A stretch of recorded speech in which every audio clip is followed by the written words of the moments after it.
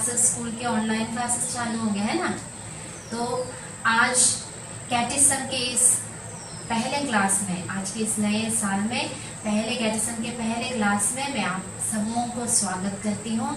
और हम सब ईश्वर की कृपा से इस साल के कैटेकिज्म क्लास अच्छी तरह पढ़ने, ईश्वर की ओर हमारी विश्वास आगे बढ़ाने के लिए हम ईश्वर से प्रार्थना करेंगे। तो कृपया आप सब खड़े हो जाइए और अपने हाथ जोड़कर ईश्वर से हम प्रार्थना करें। प्रणाम मरिया, कृपा पूर्ण, प्रभु तेरे साथ है। धन्य तू स्त्रियों में और धन्य तेरे गर्भ का फल यीशु। हे संत मरिया, परमेश्वर की माँ, प्रार्थना कर हम पापियों के लिए अब और हमारे मरने के समय। आमीन। पिता, पुत्र और पवित्र आत्मा की महिमा हो, जैसे वह आदि में थी, अब है और अनंतकाल तक सदा रहेगी। आमीन। प्यारे बच्चों, आप लोग सब 9वीं कक्षा में आए हुए हैं, प्रवेश किए हैं। 9वीं कक्षा में हम हमारे इस कैटेकिज्म की शुरुआत करने जा रहे हैं। कैटेकिज्म क्लास की शुरुआत के लिए हम एक नया पुस्तक इंट्रोड्यूस करेंगे। तो 9वीं कक्षा की पुस्तक का हेडिंग ऐसे है। पहले ये है 9वीं कक्षा का पुस्तक और इसमें कलीसिया आराधना करने वालों का समूह, यह है हमारे पुस्तक का मेन टॉपिक, कलीसिया आराधना करने वालों का समूह। और हमें जैसे मालूम है कि यह पुस्तक मुक्ति के राह पर, इस पर आधारित यह पुस्तक है। और क्या आप जानते हैं कि यह पुस्तक किसने रचा है? सीरो मलबार कलीसिया ने विशेष रूप से विश्वास प्रतिक्षण पाठ्यक्रम के लिए यह पुस्तक तैयार किए हैं। और प्यारे बच्चों, आप लोग अपने जीवन में हर दिन कभी कभी मिसा के लिए, कोई दिन मिसा के लिए जाते हैं, कोई हर रविवार को जाते हैं, कोई कभी कभी जाते हैं। फिर भी हम क्रिस्तीय होने के नाते हम विश्वास रखते हैं और मिसा बलिदान में भाग लेते हैं। तो आप लोग सोचे होंगे कि क्यों हम रविवार के दिन मिसा बलिदान में भाग लेनी चाहिए, क्यों मिसा बलिदान में भाग लेते समय अलग अलग प्रार्थनाएं बोली जाती हैं और अलग अलग रीति से फादर जी ऑल्टर के ऊपर कुछ ना कुछ करते रहते हैं, पानी डालते हैं, दाक्षरस लेते हैं, परम प्रसाद लेते हैं और प्रार्थनाएं बोलते हैं। हमें कभी कभी मन में यह भी प्रश्न उठा है कि क्यों हम लोग उठते हैं, बैठते हैं, घुटने टेकते हैं, क्रूस का चिन्ह निकालते हैं, एक दूसरों को शांति देते हैं, ऐसे अलग अलग प्रकार के चिन्ह हम बनाते हैं। और कभी कभी हमें इस सब चिन्हों का अर्थ समझ में नहीं आता है। तो प्यारे बच्चों, इस 9वीं कक्षा में जब आप लोग सब यह पुस्तक के द्वारा हम कलीसिया की आराधना करने वालों के समूह के बारे में हम जानेंगे, पवित्र मिसा बलिदान के बारे में जानेंगे, ईश वचन के बारे में जानेंगे और हमारे संस्कारों द्वारा किस प्रकार हम परमेश्वर की आराधना और स्तुति करते हैं, उसके बारे में भी हम इस पाठ्यक्रम में जानेंगे और पढ़ेंगे। और इसके द्वारा आप लोगों को मालूम होगा कि क्यों हम यह सब हमारे चर्च में किया जाता है और क्यों हम ईश्वर की आराधना और स्तुति अलग अलग रीति से करते हैं।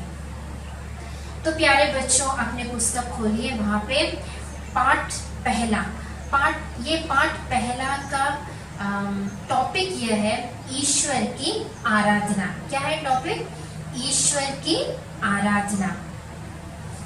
तो इस टॉपिक में, इस पाठ्यक्रम में ईश्वर की आराधना किस प्रकार पुराने नियम और नए नियम, यानी पुराने ग्रंथ और नए ग्रंथ में किस प्रकार विश्वासी लोगों ने, नहीं तो इस्राएल जनता ने, नहीं तो ईश्वर में, ईसा मसीह में विश्वास करने वाले हर एक व्यक्तियों ने किस प्रकार परमेश्वर की आराधना की, उसके बारे में बताया गया है। तो आज हम इसका पहला भाग सुनेंगे। पहले भाग में पुराने ग्रंथ, नहीं तो पुराने नियम में किस प्रकार हमारे इस्राएल जनता ने परमेश्वर की स्तुति और आराधना की थी, इसके बारे में हम सुनेंगे। ईसा याकूब के कुएं के किनारे एक समारी स्त्री के पास जाकर बातें करते हैं और इस बातचीत करते समय वह समारी स्त्री मुक्ति का अनुभव देने वाले ईश्वरीय आराधना के बारे में ईसा से एक बात पूछती है। क्या पूछती है? गुरुवर, हमारे पुरख इस पहाड़ पर आराधना करते थे और आप लोग कहते हैं कि यरूशलेम में आराधना करनी चाहिए। यह किसने पूछा? समारी स्त्री ने पूछा यीशु से। तो यीशु वो स्त्री को उत्तर देते हैं, नारी, मैं तुम्हें विश्वास दिलाता हूँ कि वह समय आ रहा है, वह समय आ ही गया है जब सच्ची आराधना आत्मा और सच्चाई से पिता की आराधना की जाती है। यीशु मसीह क्या कहते हैं कि सच्ची आराधना आत्मा और सच्चाई से पिता की आराधना की जाती है।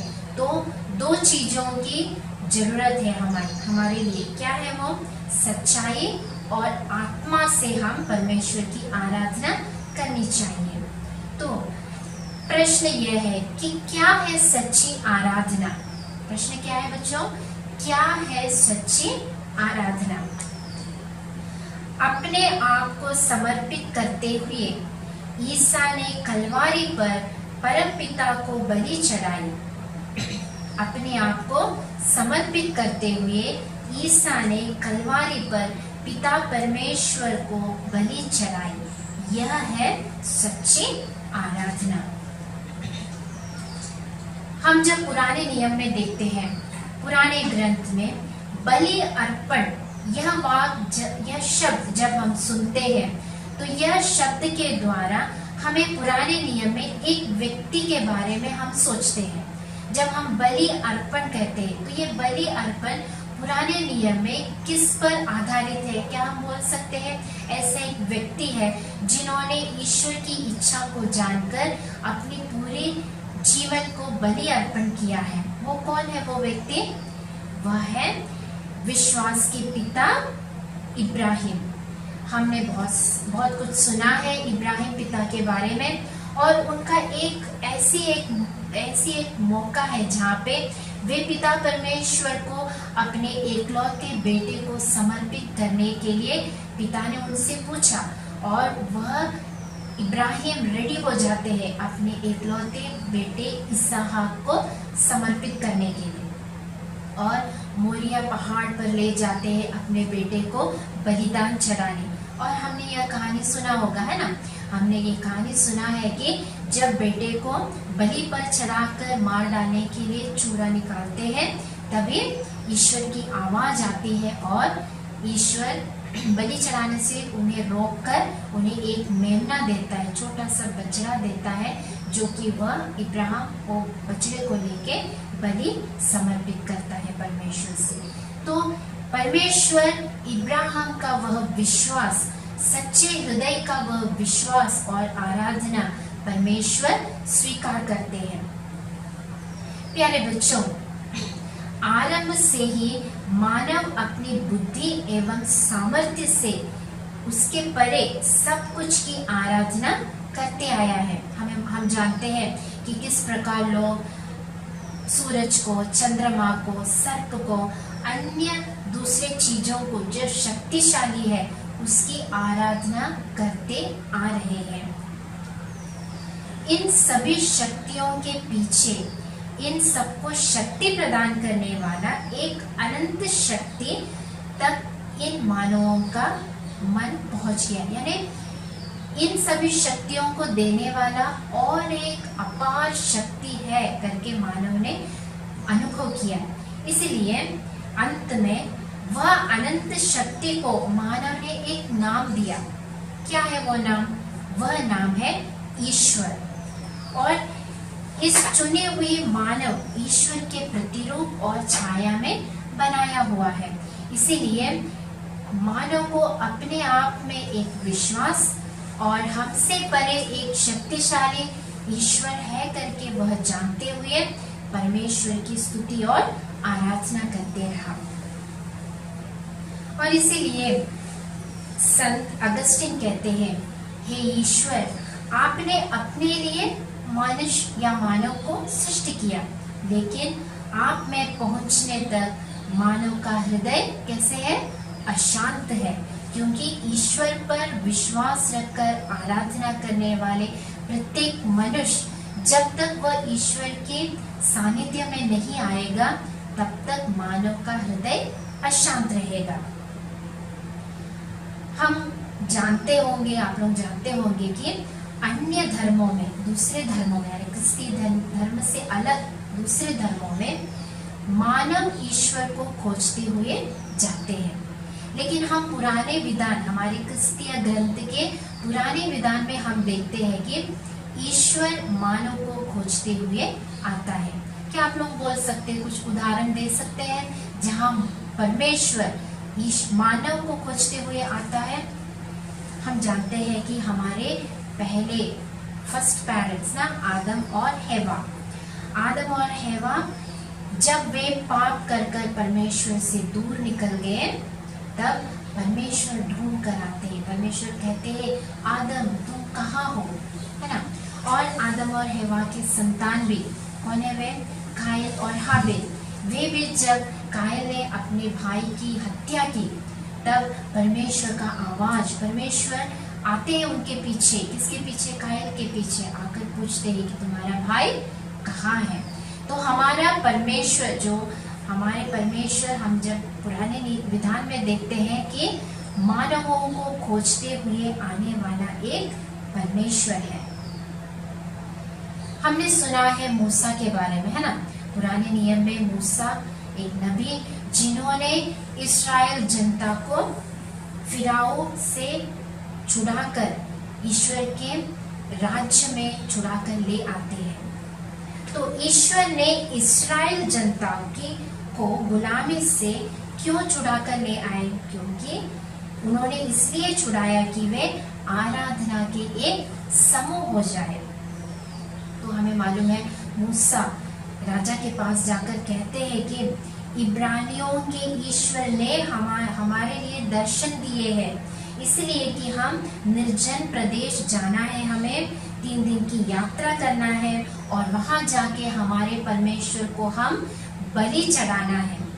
लेकिन जब इस्राएली लोगों के ईश्वर की शक्ति को जानकर फिराओ इस्राएल जनता को छोड़ते हैं और मूसा को बुलाकर कहते हैं कि अपनी जनता को ले जाओ हमारे यहाँ से और तुम जाकर जैसे तुमने कहा अपने परमेश्वर के लिए बलि चढ़ाओ। और इस प्रकार मूसा इस्राएल जनता को छुड़ा कर ले जाते हैं। वे सीनाई पहाड़ पर, कौन से पहाड़ पर? सीनाई पहाड़ पर जाकर ईश्वर के साथ एक विधान बनाते हैं और वहां परमेश्वर के लिए वे एक बलि चढ़ाते हैं और वहां पे वे सब मिलकर इस परमेश्वर की आराधना और स्तुति करते हैं। प्यारे बच्चों, हम हमारे पुराने विधान में, पुराने ग्रंथ में इस प्रकार देखते हैं कि किस प्रकार उन्होंने परमेश्वर की आराधना की। वे हैं यरूशलेम के मंदिर में, सभागृहों में एवं अपने ही घरों में इस्राएल लोगों ने परमेश्वर की आराधना की थी। यरूशलेम के मंदिर में उन्होंने अलग अलग तरीके की बलि चढ़ाई थी। क्या है वो बलि? कृतज्ञता बलि, प्रायश्चित बलि, होम बलि, धूप बलि, दहन बलि, अन्न बलि, शक्ति बलि और ऐसे अनेक विधान, अनेक प्रकार के बलि ईश्वर को उन्होंने समर्पित किया था। और जब कभी वे सभागृह में एकत्र होते थे, एक साथ मिलते थे, तब वे पवित्र ग्रंथ पढ़ा करते थे, स्तोत्र गीत गाया करते थे और इस प्रकार वे परमेश्वर की स्तुति और आराधना करते। प्यारे बच्चों, हम किसके बारे में सुन रहे हैं? ईश्वर को आराधना करने वाले एक समूह के बारे में हम ये सुन रहे हैं। मैंने कहा ना कि कायन और हाबिल, इन लोग दोनों किसके पुत्र थे? इन लोग किसके पुत्र थे? अब्राहम के। तो ये पुत्र लोग ये किसके पुत्र? कायन और हाबिल, ये आदम और हेवा के पुत्र थे। और ये पुत्र जब वे परमेश्वर को बलि चढ़ा रहे थे, तो परमेश्वर को बलि चढ़ाते समय दोनों ने अपने अपने रीति से बलि चढ़ाया, लेकिन परमेश्वर हाबिल का बलि स्वीकार किए और कायन का बलि स्वीकार नहीं किए, क्योंकि परमेश्वर को उन्होंने योग्य रीति से बलि नहीं चढ़ाई। तो ईश्वर और मानव के संबंध में उनका मनोभाव कैसे रहना चाहिए? अभी कायन और हाबिल के बारे में आप लोग सुने, है ना? उन लोगों के जीवन में किस प्रकार वे परमेश्वर की आराधना किए थे और किसकी बलि भेंट समर्पित किया गया और किसकी भेंट अस्वीकार किए गए। तो ईश्वर और मानव के बीच का मनोभाव किस प्रकार रहना चाहिए? प्रेम का, करुणा का और सहभागिता का। ऐसे रहने से ही हमारी आराधना पूरी हो सकती है, ठीक है? इसीलिए प्रभु ने अपने वचन से हमें कहते हैं, ये लोग सिर्फ शब्द द्वारा मेरे पास है, उनके होठ से सिर्फ वे मेरी महिमा करते हैं, किंतु वे हृदय से बहुत दूर है। इसलिए परमेश्वर बहुत दुख हो जाते हैं कि मानव मुझसे दूर होके है, प्रेम से दूर है, करुणा से दूर है, सहभागिता से दूर है, ठीक है? तो नबी होशेया ने भी अपने वचनों द्वारा परमेश्वर का वचन हमें दिया है कि परमेश्वर क्या चाहते हैं? परमेश्वर कहते हैं, मैं बलिदान की अपेक्षा प्रेम और होम की अपेक्षा ईश्वर का ज्ञान चाहता हूँ। तो इस प्रकार हम परमेश्वर की आराधना और स्तुति में लगे रहते समय किस प्रकार हम यह बलिदान अर्पित करना चाहिए। तो इसीलिए जब समारी स्त्री ने, मैंने जैसे पहले कहा, समारी स्त्री ने जब परमेश्वर से पूछा, तो यीशु ने क्या उत्तर दिया था कि सच्ची आत्मा और सच्चे हृदय से जो परमेश्वर की हम आराधना और स्तुति करनी चाहिए। तो प्यारे बच्चों, हम अपने आप को जांच करेंगे ना, हम भी सोचेंगे कि क्या हमारी आराधना क्रम, जो हम आराधना देखते हैं, जो हम बलि चढ़ाते हैं, जो हम भेंट चढ़ाते हैं, जब कभी हम तैयार होते हैं परमेश्वर की स्तुति और आराधना करने के लिए, तो क्या हमारा मनोभाव प्रेम का है, करुणा का है, दूसरों तक सहभागिता का मनोभाव है? ये सब सोचते हुए ही हम जब बलि चढ़ाते हैं, तब हमें मालूम पड़ता है कि हम कितने योग्य रीति से बलिदान चढ़ाते हैं। तो प्यारे बच्चों, हमने आज इस ईश्वर की आराधना पाठ के पहले भाग में हमने जब पुराने ग्रंथ के कुछ स्थानों पर जाकर किस प्रकार पुराने विश्वासियों ने, किस प्रकार इस्राएल जनता ने परमेश्वर की स्तुति और आराधना की थी, उसके बारे में हम सुने। किस प्रकार हमारे पहले पिता और माता ने परमेश्वर की खोज में लगे रहकर परमेश्वर की आराधना और स्तुति की। किस प्रकार परमेश्वर को उन्होंने जाना, एक शक्तिशाली परमेश्वर है, उसकी आराधना हम किस प्रकार करना चाहिए, उसकी जांच की उन्होंने, और आगे चलकर आत्मा और सच्चाई में आराधना करने भूल गए। प्रेम और करुणा के साथ, उस मनोभाव के साथ वे भूल गए परमेश्वर की स्तुति और आराधना करना, है ना? इसलिए परमेश्वर कहते हैं कि बलिदान की अपेक्षा में प्रेम और होम की अपेक्षा ईश्वर ज्ञान चाहता है हमसे। तो हम यह सब हमारे जीवन में लागू करने के लिए परमेश्वर से प्रार्थना करेंगे। और इस क्लास के दौरान, अगले क्लास में जब आप लोग आएंगे, तो आप लोग अपने नोटबुक में अपने अपने शब्दों से लिखना है कि पुराने नियम या पुराने ग्रंथ में किस प्रकार विश्वासी लोगों ने, किस प्रकार इस्राएल जनता ने परमेश्वर की स्तुति और आराधना की, और किस प्रकार वे ईश्वर से दूर गए, और किस प्रकार परमेश्वर ने उन्हें अपने साथ ले आए। इसके बारे में अपने शब्दों में लिखकर अगले क्लास में आ जाना, ठीक है? तो सबको ईश्वर की आशीर्वाद और ईश्वर का अनुग्रह रहे। पिता पुत्र और पवित्र आत्मा के नाम पर आमीन।